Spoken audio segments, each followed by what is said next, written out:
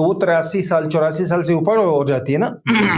آپ علیہ السلام نے فرمایا کہ جو جمعے کی نماز کے لیے گھر سے نکلتا ہے صحیح نیت سے تو اس کو بھی 1000 راتوں کی اجر کا ثواب ملتا ہے. 1000 سبحان. تو یہ 1000 مہینوں کی بات ہو رہی ہے. جی. تو آپ علیہ السلام نے فرمایا کہ اس رات میں جو جاگے گا ایمان کے ساتھ اور صحیح نیت کے ساتھ جی. اللہ پاک اس کے ساری زندگی کے گناہ معاف کر دے گا. ساری زندگی کے گناہ معاف کر دے گا. سحرن کیے ہو، جہرن کیے ہو، قصدن کیے ہو، بھولے سے کیے ہو، سارے کے سارے معاف کرے گا. مسئلہ یہ ہے کہ اللہ اور اس کے رسول کے وعدوں پر مسلمان کو یقین ہونا چاہیے. یقین ایک بہت بڑی طاقت ہے. ہاں، اس پر یقین ہونا چاہیے. تو بات یہ ہے کہ صرف اور صرف یہ نہیں ہے کہ اس رات میں شب قدر میں جو ہے بہت زیادہ واقعات ہوئے ہیں. جی.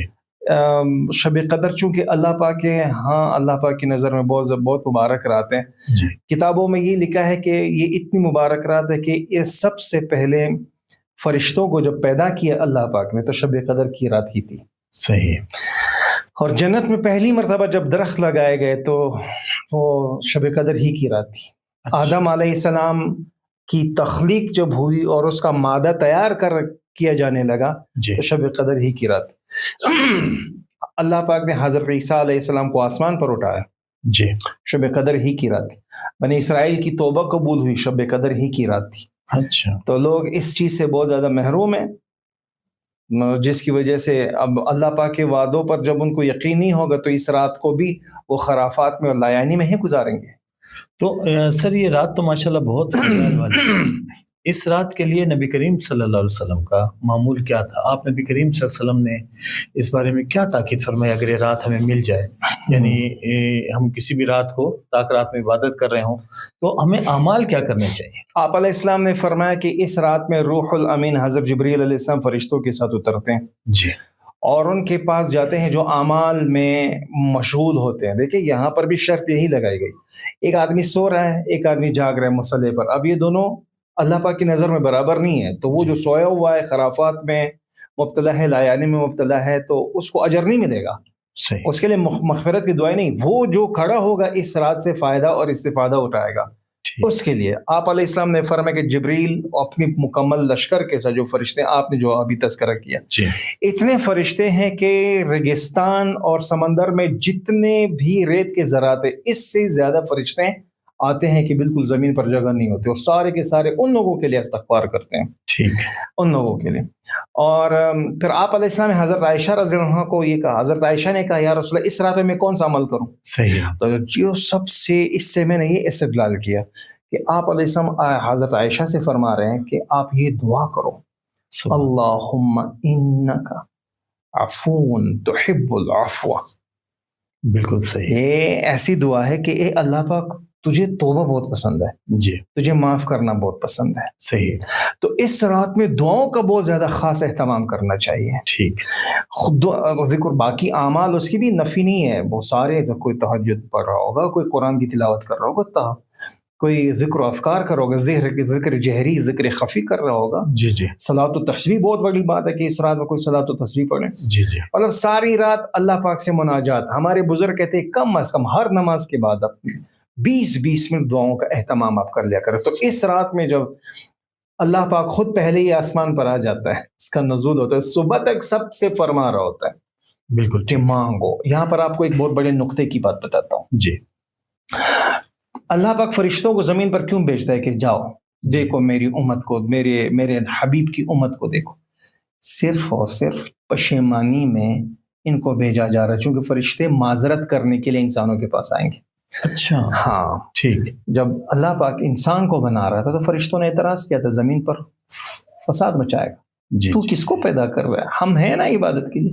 ٹھیک. تو اللہ پاک نے فرمایا جو میں جانتا ہوں وہ تم لوگ نہیں جانتے. صحیح. اب جب اس رات فرشتوں کو اللہ پاک زمین پر بھیجے گا، کوئی سجدے میں، کوئی رکوع میں، کوئی تلاوت میں، ذکر و افکار میں، تعلیم و تعلم و تبلیغ میں، جی. تب وہ آ کر ایسے کھڑے ہو جائیں گے اور پشیمان ہو کر کہیں، اعتراف کریں اے اللہ پاک ہم سے بہت بڑی بھول ہو گئی، ہمیں تو اب فخر ہے کہ تو نے ایسی امت بنائی ہے جو بالکل تیرے حبیب کے طریقے پر ہیں. نفس کے ہوتے ہوئے تیرے ہاں نفس کے ساتھ جنگے، شیطان کے ساتھ جنگے، تیری معرفت اور آپ علیہ السلام کا عشق لینے کے لیے عبادات کر رہے ہیں، تو وہ اسی کے لیے استغفار کر رہے ہوں گے، تو معذرت کرنے آئیں گے۔ اچھا سر، کیا اس بات کی بھی کوئی لاجک ہے کہ جو یہ رات ہے یہ آخری عشرے کی طاق راتوں میں سے کوئی ایک رات ہے، اور پھر ہمیں یہ بھی پتہ نہیں ہے کہ اصل میں یہ رات ہوتی کون سی؟ تو ایک تو ہمیں یہ بتائیں، اور ساتھ میں یہ بھی بتائیں کہ ان طاق راتوں میں کون سی ایسی طاق رات ہے جس کے لیے زیادہ تر یہ ہم سمجھ سکتے ہیں کہ اکثر شب قدر اس رات پر؟ اس میں علماء کرام کی بہت اختلافات ہے، اور بعض صحابہ کرام نے قسمیں اٹھائی ہے، قسم اٹھائی ہے، اور بعض صحابہ کرام نے کہا یہ رات ہے، ایک بعض صحابہ کہتے ہیں کہ نہیں یہ پورے رات سال میں گردش کرتی رہتی ہے یہ رات کبھی، اب جس طرح ابن عربی رحمۃ اللہ علیہ کہتا ہے کہ یہ پورے سال میں گردش کرتی ہے۔ انہوں نے خود کہا کہ میں نے 2 مرتبہ شب قدر شعبان میں دیکھی، 2 دفعہ میں نے شب قدر رمضان کے درمیانی عشرے میں دوسرے عشرے میں دیکھی، اور پھر میں نے اگلی مرتبہ آخری عشرے کی طاق راتوں میں نے دیکھی۔ اب وہ یہ کہہ رہے کہ گردش کرے۔ امام ابو حنیفہ رحمۃ اللہ علیہ کا بھی یہی قول ہے کہ نہیں یہ گردش کر رہی ہوتی ہے۔ پھر امام صاحب کا دوسرا قول ہے کہ آخری عشرے میں 21، 23، 25، 26، 27 اور 29 کو، اور آپ علیہ السلام نے بھی حضرت قتادہ سے فرمایا کہ رمضان میں یہ آخری عشرے کی طاق راتوں میں شب قدر کا جو ہے امکان ہے۔ بلکہ ایک دفعہ آپ علیہ السلام آ کر مسجد میں سب کو اعلان، اللہ پاک نے فرما دیا تھا کہ شب قدر کی رات یہی ایگزیکٹ رات ہے، جا کر اعلان کر دو۔ آپ علیہ السلام جیسی مسجد میں آئے تو 2 لوگ آپس میں جھگڑا کر رہے تھے، تو اس کی جھگڑے کے دوران آپ علیہ السلام نے دونوں میں مصلحت کرائی، دونوں کا پیچ اپ کرا دیا۔ تو اس دوران کتابیں کہتی ہیں کہ آپ علیہ السلام کے ذہن سے وہ بات نکل گئی کہ جو بتانے والے تھے کہ اس رات میں، لیکن یہ ہے کہ حضرت ابن عباس رضی اللہ عنہ فرماتے ہیں کہ ایک رات کو میں سو رہا تھا اور کسی نے آ کر مجھے جگایا کہ اٹھو اور آج شب قدر ہے۔ تو ابن عباس جب آ گئے اور رسول اللہ صلی اللہ علیہ وسلم کے پاس آئے، آپ علیہ السلام نیت باندھ چکے تھے، تو آپ ابن عباس کہتے ہیں کہ یہ 23 رمضان کی رات تھی، جب اس کو خواب میں کسی نے کہا تھا کہ یہ 23 رمضان کی رات ہے۔ ابن مسعود رضی اللہ عنہ جیسے فقیہ صحابی کہتا ہے کہ یہ اگر کسی کو یہ چاہیے کہ وہ شب قدر کو پالے تو وہ پورے سال عبادت کرے، کیونکہ کسی نہ کسی ایک رات میں تو آ جائے گی۔ بالکل۔ اس پر ابی بن قاب ابن قاب رضی اللہ عنہ نے کہا کہ نہیں، وہ جو ابن مسعود کا مطلب یہ ہے، وہ یہ چاہتے کہ کسی ایک رات پر اکتفا نہیں کریں، کیونکہ یہ پورے سال میں گھوم رہی ہوتی ہے۔ ان کا مطلب یہ تھا کہ ایک رات پر اکتفا نہیں کرے۔ تب ابی بن قاب نے قسم اٹھائی، اللہ کی قسم، اللہ کی قسم، شب قدر 27 کی رات کو ہوتی ہے۔ ہاں، انہوں نے اللہ کی قسم، شب قدر 27 کی رات کو ہوتی ہے۔ تو اب جمہور علماء، امام شافعی اور امام شوافی جو ہے، شافعہ جو ہے، وہ کہتے ہیں کہ 21 رمضان مبارک کو زیادہ امکان ہے۔ ٹھیک۔ اچھا، حنبلی اور مالکی کہتے ہیں کہ آخری عشر کی طاق راتوں میں بہت زیادہ امکان ہے۔ اچھا، صحابہ یہ کہتے ہیں، جمہور صحابہ، بعض صحابہ وہ کہتے ہیں کہ 27 ہی ایگزیکٹ ہے۔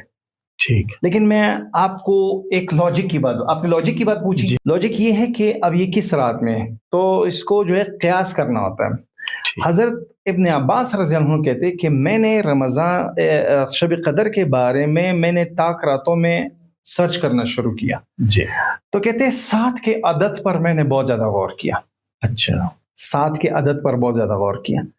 اب لازمی بات ہے، آخری عشرے میں 7واں دن 27 رمضان آتا ہے، جی، تو انہوں نے کہا جو سمندر بھی ساتھ ہے، ٹھیک، زمین بھی ساتھ ہے، صحیح، آسمان بھی ساتھ ہے، ٹھیک، جہنم کے دروازے بھی ساتھ ہیں، صحیح، جہنم کے طبقات بھی ساتھ ہیں، انسان کے منہ میں جو ہے سوراخ بھی ساتھ ہیں، 2 رگتیں، 2 آنکھیں، 2 کان اور 1 منہ، بالکل، قرآن کی قراتیں بھی ساتھ ہیں، ٹھیک، اور سجدہ جو ہے 7 اعضاء پر کیا جاتا ہے، بالکل، اور انسان کی تخلیق میں 7 آرگنز جو ہے وہ شامل ہوتے ہیں، صحیح۔ اچھا، اور موسیٰ علیہ السلام کا قد بھی 7 گز تھا، 7 گز لمبا، ٹھیک، اور موسیٰ علیہ السلام کا جو عصا مبارک ہے وہ بھی 7 گز تھا، صحیح۔ حضرت یوسف علیہ السلام جیل میں 7 سال رہے، صحیح، وہ جو گائے انہوں نے خواب میں دی کہ وہ تذکرہ، وہ بھی 7 تھی، اور قحط سالی بھی 7 دن، جی، آپ دیکھ رہے ہیں، بالکل، ہاں۔ اچھا، وہ جو خوشحالی پہ آ گئی، کشادہ رزق، وہ بھی 7، جی۔ تو کہہ رہے ہیں کہ یہ ساتھ ساتھ، اب آپ کو مزے کی بات بتاؤں جی اور یہ آڈینس کو میں بتانا چاہتا ہوں کہ میرا بھی یہی یقین ہے جی کہ یہ جو انا انزلناہ فی لیلۃ القدر ہے، اس کے اندر غالباً یعنی 30 الفاظ ہے، 30 یا 31 الفاظ. ٹھیک سلام ہی حتی مطلع الفجر، یہ جو ہی ہے نا، ہی تک 27 الفاظ ہے. اب یہ ہی کا مطلب وہ رات سلامتی والی، وہ رات شب قدر والی. صحیح. اب یہ جو ہی ہے یہاں تک 27 الفاظ پورے ہوتے ہیں. بالکل. تاب علماء یہاں سے یہ استدلال کرتے ہیں کہ ہو سکتا ہے 27 ہی شب قدر کی رات ہو. سبحان اللہ. اچھا سر، اس میں ایک سوال میرا یہ ہوگا کہ جیسے ہم تراویح ماشاءاللہ چل رہی ہوتی ہیں، تراویحوں کی عبادت ہوئی اور اس کے بعد پھر ہم گھر پہنچے، پھر ہم نے تھوڑی سی دیر مزید بیٹھے اور تھوڑی سی دیر جاگے، قرآن پاک کی تلاوت کی یا ذکر و اذکار یا دعائیں وغیرہ ہم نے کر دیں. اور شب قدر وہی رات تھی، لیکن جس وقت میں جیسے کہ آپ نے بتایا حضرت جبرائیل علیہ السلام کا گزر ہونا تھا، اس وقت میں ہم سو گئے تھے. تو شب قدر کی وہ جو برکات ہیں کیا ہمیں وہ ملیں گی یا نہیں؟ اگر نیت پر ڈیپینڈ کرتا ہے. اگر آپ تراویح سے پہلے یہ آپ نے کہا کہ آج 27 کی رات ہے اور مجھے یقین ہے آج ہے اور ابھی سے میرا عمل ہے کہ ابھی سے میں اپنے اعمال شروع کروں، تو آپ کی جو تراویح ہے وہ بھی آپ کی عبادت میں شامل ہو گئی. بالکل صحیح. چاہے آپ نے ایک دفعہ اللہ اکبر کہا ہو، ایک دفعہ درود شریف، تو آپ نے اسی نیت سے کہ آج یہ میں 27ویں رات کی عبادت کے نیت سے جو میں عبادت کر رہا ہوں، میں نے شب قدر کی نیت سے میں کر رہا ہوں. بالکل. اور اس دوران پھر آپ سو گئے تو وہ جتنا آپ نے کیا تھا وہ اس کا اجر تو آپ کو ملے گا، لیکن میں نے آپ کو کہا کہ جو لوگ سو جاتے ہیں وہ محروم ہو جاتے ہیں. اچھا، تو اتنی بڑی رات ہے سر، اس کی نشانیوں میں سے کوئی نشانی نبی کریم صلی اللہ علیہ وسلم نے بتائی نہیں؟ کیونکہ ہمیں یہ بھی تذکرہ ملتا ہے تاریخ کی کتابوں میں کہ جو شب قدر کی رات کے بعد کا جو سورج ہوتا ہے وہ بڑا ٹھنڈا ہوتا ہے اور وہ رات بڑی معتدل ہوتی ہے، پرسکون ہوتی ہے. وہ ایسے ہے کہ نشانیاں اس میں موجود ہے کہ یہ جو رات ہے جی، یہ نہ زیادہ گرم ہوتی ہے، اچھا، نہ یہ زیادہ ٹھنڈی ہوتی ہے. اچھا. اس رات میں چاند جو ہے بہت چمک رہا ہوتا ہے اور یہ رات بہت زیادہ نورانی ہوتی ہے. اور اس کی جو اگلی صبح ہے اس کی جو سورج ہے اس سورج کی شعاعیں نہیں ہوتی. صحیح. وہ ایسے گول ٹکیا کی طرح، اور پہلے دنوں سے زیادہ روشن نہیں ہوتا وہ سورج. اور چونکہ ہر صبح جب سورج طلوع ہوتا ہے تو شیطان بھی اس کے ساتھ طلوع ہوتا ہے، لیکن اس صبح کو شیطان اس کے ساتھ جو ہے آزادانہ وہ طلوع نہیں ہوگا، سورج اکیلا جو ہے طلوع ہوگا. اور یہ رات بہت زیادہ کشادگی اور بہت انوارات والی رات ہوتی ہے، انسان کی دل میں رمق سی ہوتی ہے. چونکہ میں نے پچھلی ویڈیو میں بھی آپ کو کہا تھا کہ جبریل علیہ السلام آ کر اس میں لوگوں کے ساتھ جو مسافہ کرتے ہیں، جنہوں نے اللہ اور اس کے رسول کی رضا کے لیے لوگوں کو جو افطار کر رہی ہوتی ہے، تو اب اس کی نشانی ہے کہ اس رات میں لوگوں کو رونا بہت آئے گا. ایمان والے جنہیں سب سو رہے یہ رو رہا، ان کا مسلح آباد ہوتا ہے، ان کی آنکھیں چمک رہی ہوں گی. اس رات میں کون کہتا ہے کہ محبوب کے ساتھ میری ملاقات ہے اور میں تھوڑی سی دیر جو سو جاتا ہوں؟ میں نے تو آج تک ایسا محب اور محبوب دیکھا ہی نہیں ہے. اب جو اللہ آپ کے اتنے قریب آ گیا، اللہ پاک جگہ سے پاک ہے بالکل، لیکن جو آپ پہلے آسمان پر رکھے مانگو کون مانگتے ہو، اور بہت بے ادبی معاف، کوئی لڈو کھیل رہا ہو، اللہ اکبر، کوئی تاش کھیل رہا ہو، کوئی گانے سن رہا ہو. مطلب آپ خود بتائیں یہ محرومی ہے یا نہیں؟ یہ بے انتہا زیادہ محروم. تو اللہ پاک ان کو اسی طرح چھوڑ دیتا ہے. اچھا، لیکن اس رات میں سب کی بخشش ہو رہی ہوتی، سب کی بخشش ہو جاتی ہے، چونکہ یہ وہ رات ہے جس میں پہلی مرتبہ جب لوح محفوظ سے آسمان دنیا پر قرآن پاک کا نزول ہوا جی، پہلی دفعہ. جتنی بھی آسمانی کتابیں ہیں اس کا نزول اسی رمضان میں ہوا ہے. 6 رمضان کو تورات نازل ہوئی ہے. اچھا، 6 رمضان کو تورات نازل ہوئی ہے. ٹھیک. اور زبور جو ہے وہ 13 رمضان کو نازل ہوئی ہے. اچھا. اور 17 رمضان کو انجیل نازل ہوئی ہے. قرآن پاک جو 27 رمضان کو. تو قرآن کا ایک ربط ہے اس مہینے کے ساتھ کہ اس رات میں بھی کوئی قرآن پاک کی تلاوت سے اگر محروم ہو جائے، غافل ہو جائے، اللہ اکبر، تو غافلین میں شمار.